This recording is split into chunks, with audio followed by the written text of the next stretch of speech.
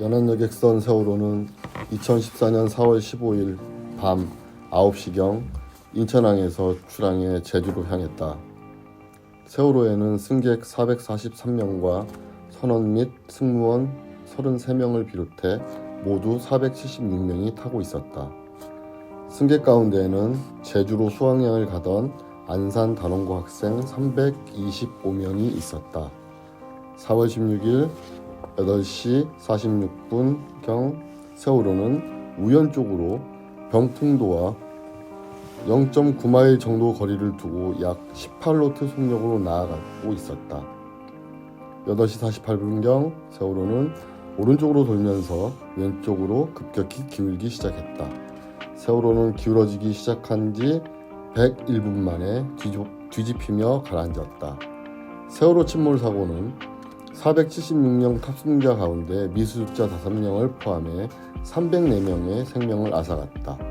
단원고 학생 250명이 사망하고 75명이 살아남았다. 우리는 배가 침몰하고 있다는 소식을 접하고 수많은 생명이 희생되는 과정을 목격하며 큰 충격과 슬픔에 빠졌다. 세월호 참사의 전모를 낱낱이 파헤치고 이것을 정확히 기록하는 일은 피해자에게 공감하고 시민사회의 연대를 이루어내기 위한 출발점이다. 피해자들은 2014년 4월 16일 평온했던 일상을 산산조각 내버린 참사의 원인이 무엇인지, 그리고 그 이후 국가가 어떻게, 왜 그렇게 대응해 왔는지 알 권리가 있다. 또 같은 날 세월호 참사 소식을 접한 모든 국민 역시 세월호 참사의 발생 원인, 수습 과정, 후속 조치와 관련된 사실관계와 책임 소재의 진상을 이해할 권리가 있다. 사참위는 세월호 참사에 대한 국민의 알 권리를 보장하고 참사의 진상에 대해 국가가 내놓을 수 있는 최선의 설명을 제공하기 위해 수년간의 조사 작업에 기반하여 이 보고서를 발간한다. 세월호 참사는 2014년 4월 16일 특정 장소에서 일어난 돌발적인 사고가 아니었다. 안전을 확보하고 생명을 지키는 일을 맡은 사람들이 마땅히 해야 할 일을 하지 않았기에, 그리고 기업과 정부가 제대로 감독하고 지휘하지 않고 심지어 방치했기에 세월호 침몰은 거대한 참사가 되었다. 신고를 받은 정부는 배의 침몰을 막는 데 실패했고 생명을 구하는 데 실패했다. 세월호 선장과 선원부와 해경지휘부는 위기에 처한 승객들을 지키고 구하지 못했고, 정부는 재난 대응을 지휘하여 인명을 구하는 일에 한없이 무능했다. 팽목항과 진도에서 실종자 가족들이 대혼란 속에서 기약 없이 기다려야만 했을 때, 죽음의 원인을 규명해 달라는 요구를 무시하고 피해자들을 사찰했을 때 304명 사망이라는 크나큰 피해를 낳은 선박사고는 더 거대한 사회적 참사로 확대됐다. 사참위 보고서는 세월호 참사를 낳은 다층적 실패의 원인을 규명함으로써 생명과 안전의 권리가 존중받는 사회를 만들어달라는 피해자와 시민들의 요구에 응답하고자 한다. 세월호는 승객의 안전을 보장할 수 없는 위험한 상태로 출항했다. 중고 선박으로 수입되어 여객선으로 중계축하는 과정에서 세월호의 무게중심은 높아졌고 보건성은 취약해졌다. 한국상급 경사시험은 개조공사가 다 마무리되기 전에 시행되어 무게중심은 실제보다 낮게 측정되었다. 세월호는 평행수를 넣지 않은 상태에서는 보건성이 매우 취약해 스스로 진입할 수 없는 배였다. 세월호를 운행하는 청해진 해운은 출항 당시 규정을 어겨가며 화물을 빽빽하게 실었다. 서류에는 일반 화물 657톤이 실렸다고 보고되었으나 실제로는 적정 화물량을 훨씬 넘긴 2214톤의 화물이 고박도 허술한 채 실려 있었다. 안전한 운행을 위해 닫혀 있어야 하는 수밀문과 매너는 모두 열린 상태였다. 선박 수밀성을 규정에 따라 제대로 관리했다면 미처 빠져나오지 못한 세월호 탑승자들을 더 많이 구할 시간을 확보할 수 있었을 것이다. 사차미는 보건성이 취약한 세월호에서 일어난 솔레노이드 밸브 고장이 우선해와 횡경사의 원인인지, 또 세월호 선체 변형과 손상에 미상의 수중체 추돌이 작용했는지 검증했다. 이를 위해 증거의 재검증, 새로운 영상 증거 복원, 모형 시험, 시뮬레이션 분석을 비롯한 여러 조사 방법을 활용했다. 그 결과 사차미는 솔레노이드 밸브 고착이 세월호의 급격한 우선회와 횡경사를 유발했을 가능성은 매우 낮다는 결론을 내렸다. 또 세월호 선체 변형과 손상의 원인이 수중체 접촉에 의한 외부 충격일 가능성과 관련해서는 대한조선학회 자문 결과와 네덜란드 마린 연구소의 세월호 모형 자유항주 시험 보고서 등을 종합할 때 사차미 조사 결과가 외력 충돌 외의 다른 가능성을 배제할 정도에 이르지 못했으며 외력이 침몰의 원인인지 확인되지 않았다는 최종 결론에 이르렀다.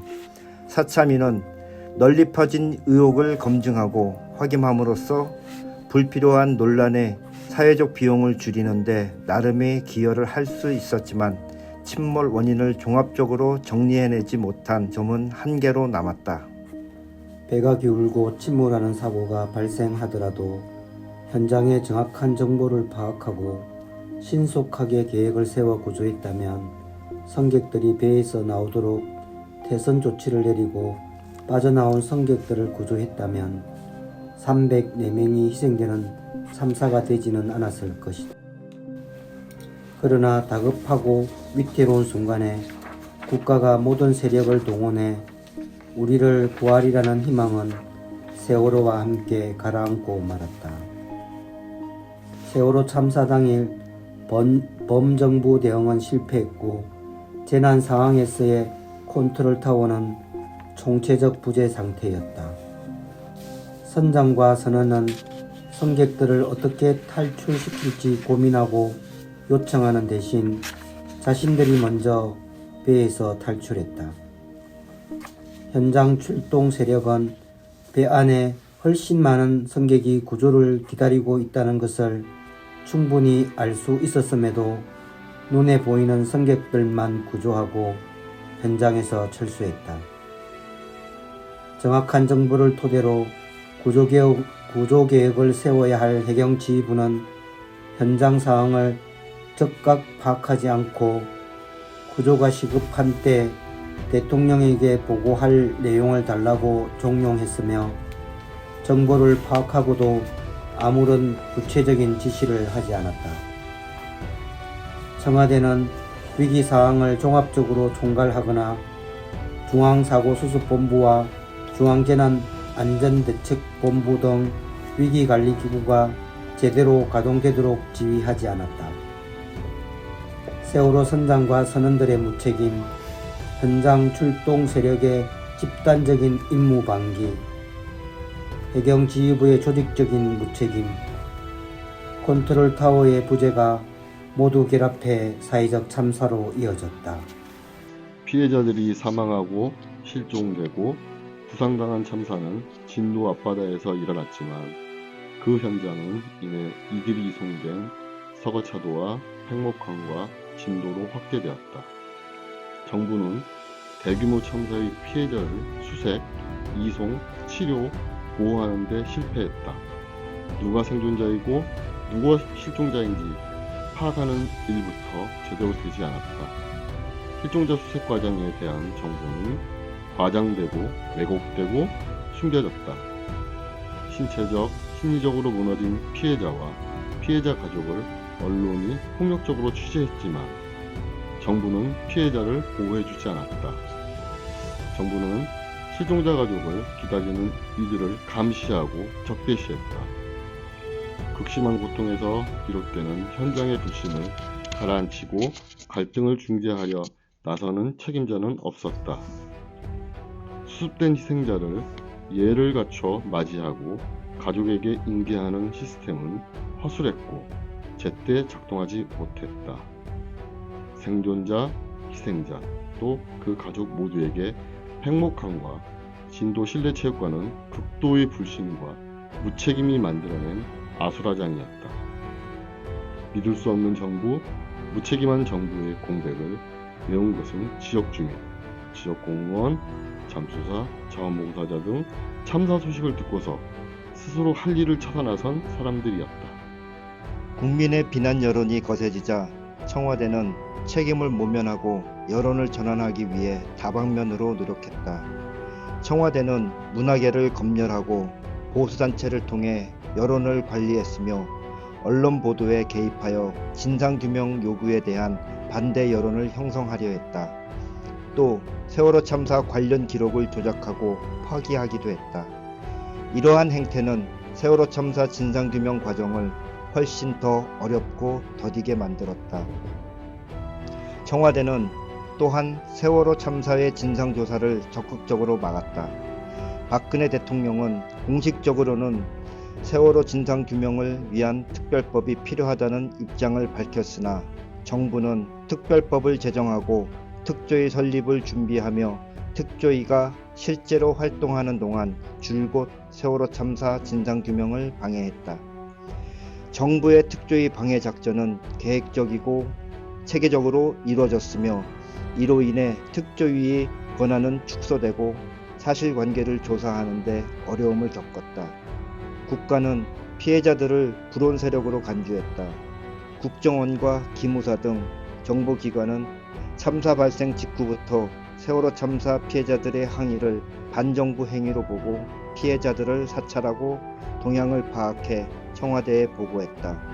정보기관은 재난을 마치 공안 사건처럼 인식하고 행동했고 피해자들을 지원과 치유가 필요한 사람들이 아니라 좌파와 연계해 사회 질서를 해칠 수 있는 세력으로 여겼다. 정부의 이러한 행위로 인해 피해자들은 큰 충격과 상처를 받았으며 사회적으로는 순수한 피해자가 따로 있을 것이라는 잘못된 인식이 강화되었다. 세월호 참사는 책임 소재를 조사받는 국가기관들이 증거를 조작하고 책임을 회피한 극단적인 사례를 낳았다.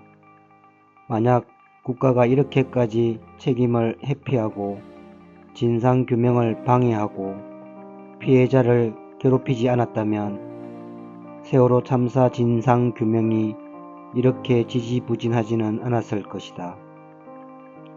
세월호 참사의 피해자들이 겪은 일련의 책임 회피, 조사 방해, 괴롭힘에 대해 국가는 공식적으로 사과하고 다시는 재난 피해자들이 같은 일을 겪지 않도록 할 책임이 있다.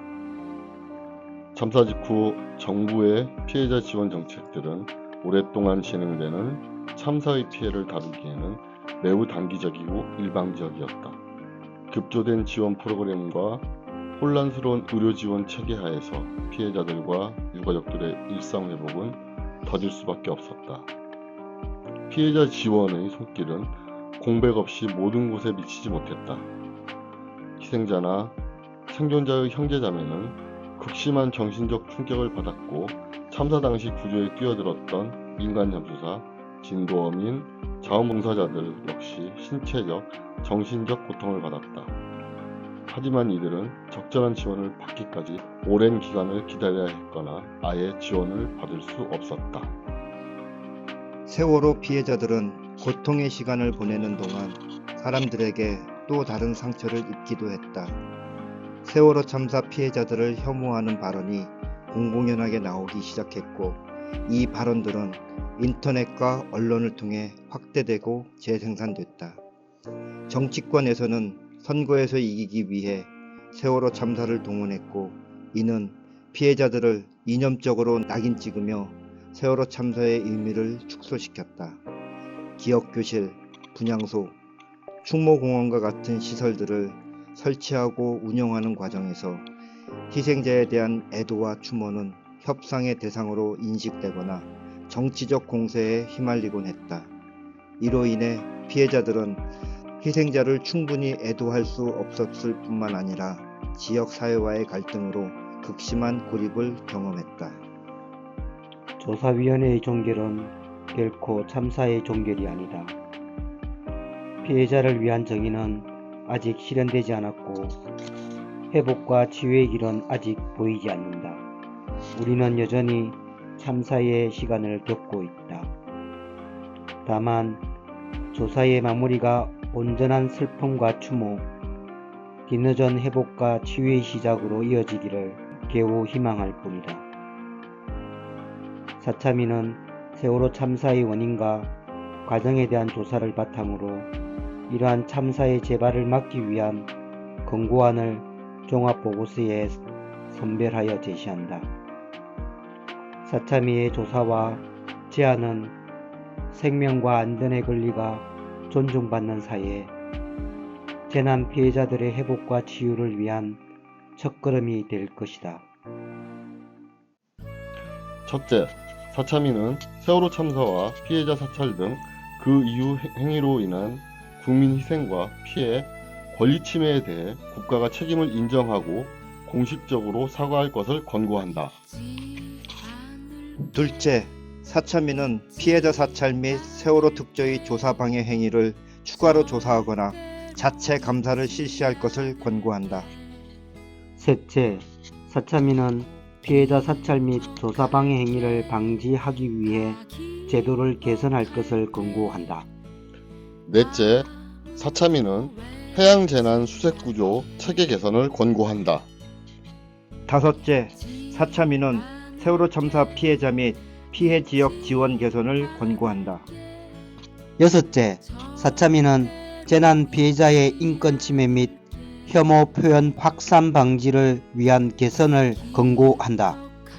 일곱째, 사참위는 선사, 선원의 안전운항을 높이고 책임을 강화할 것을 권고한다. 여덟째, 사참위는 여객선 등 선박 안전관리 체계 개선을 권고한다. 아홉째, 사참위는 4.16 세월호 참사 피해 구제 및 지원 등을 위한 특별법 제4장에 따른 세월호 참사 희생자에 대한 추모 사업을 중단 없이 추진할 것을 권고한다. 열째, 사참위는 가칭 중대재난조사위원회 설립을 권고한다.